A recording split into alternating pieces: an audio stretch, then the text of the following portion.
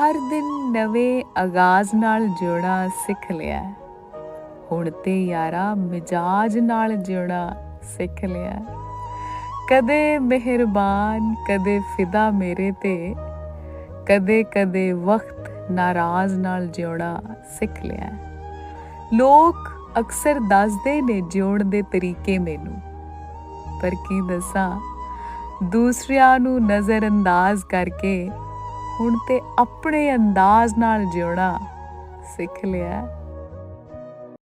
ਜੋ ਕੌੜੀਆਂ ਫਿਤਰਤਾਂ ਵਾਲੇ ਨੇ ਉਹ ਯਾਰ ਕਦੇ ਨਹੀਂ ਹੋ ਸਕਦੇ।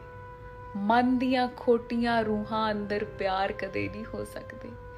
ਅਹਿਮ ਆਕੜ ਨਾਲ ਰੱਤਿਆਂ ਵਿੱਚ ਸਤਕਾਰ ਕਦੇ ਨਹੀਂ ਹੋ ਸਕਦੇ। ਬੇਕਦਰਿਆਂ ਵਿੱਚ ਕਦਰਾਂ ਦੇ ਕਿਰਦਾਰ ਕਦੇ ਨਹੀਂ ਹੋ ਸਕਦੇ।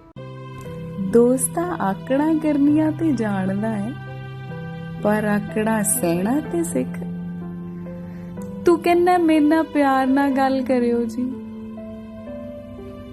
ਪਰ ਪਿਆਰ ਨਾਲ ਕਹਿਣਾ ਤੇ ਸਿੱਖ। ਨਿਤ ਜ਼ੁਬਾਨੀ ਜੰਗ ਲੜਦਾ ਹੈ, ਥੱਕਦਾ ਨਹੀਂ ਹੈ। ਹਰ ਵੇਲੇ ਕਮੀਆਂ ਕਮੀਆਂ ਲੱਭਦਾ ਹੈ, ਅੱਕਦਾ ਨਹੀਂ ਹੈ। ਇੱਜ਼ਤ ਅਦਬ ਦੀ ਗੱਲ ਤੇ ਕਰਦਾ, ਪਰ ਕਦਰਾਂ ਦੇ ਨਾਲ ਰਹਿਣਾ ਤੇ ਸਿੱਖ। ਤੇਰੇ ਤੋਂ ਵੱਡਾ ਦੁਸ਼ਮਣ ਤੇਰਾ ਕੋਈ ਨਹੀਂ ਹੈ।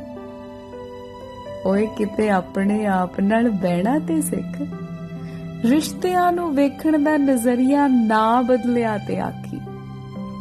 ਆਪਣੀ ਆਕੜਾਂ ਦੀ ਕੰਧ ਨਾਲ ਖਹਿਣਾ ਤੇ ਸਿੱਖ। ਜੇ ਪਿਆਰ ਹੈ ਤਾਂ ਅਜਮਾਇਸ਼ ਨਾ ਕਰ, ਬੇਲੋੜੀ ਫਰਮਾਇਸ਼ ਨਾ ਕਰ। ਤੇਰੀ ਮੇਰੀ ਗੱਲ ਹੈ ਨਿਬੇੜ ਲਾਂਗੇ, ਇੰਜ ਸ਼ਰੇਆਮ ਨੁਮਾਇਸ਼ ਨਾ ਕਰ। ਤੂੰ ਕੋਈ ਹੋਰ ਮੈਂ ਕੋਈ ਹੋਰ ਤੇ ਨਹੀਂ ਨਾ, ਇੱਕੋ ਹੀ ਆ ਕੋਈ ਤੋੜ ਤੇ ਨਹੀਂ ਨਾ।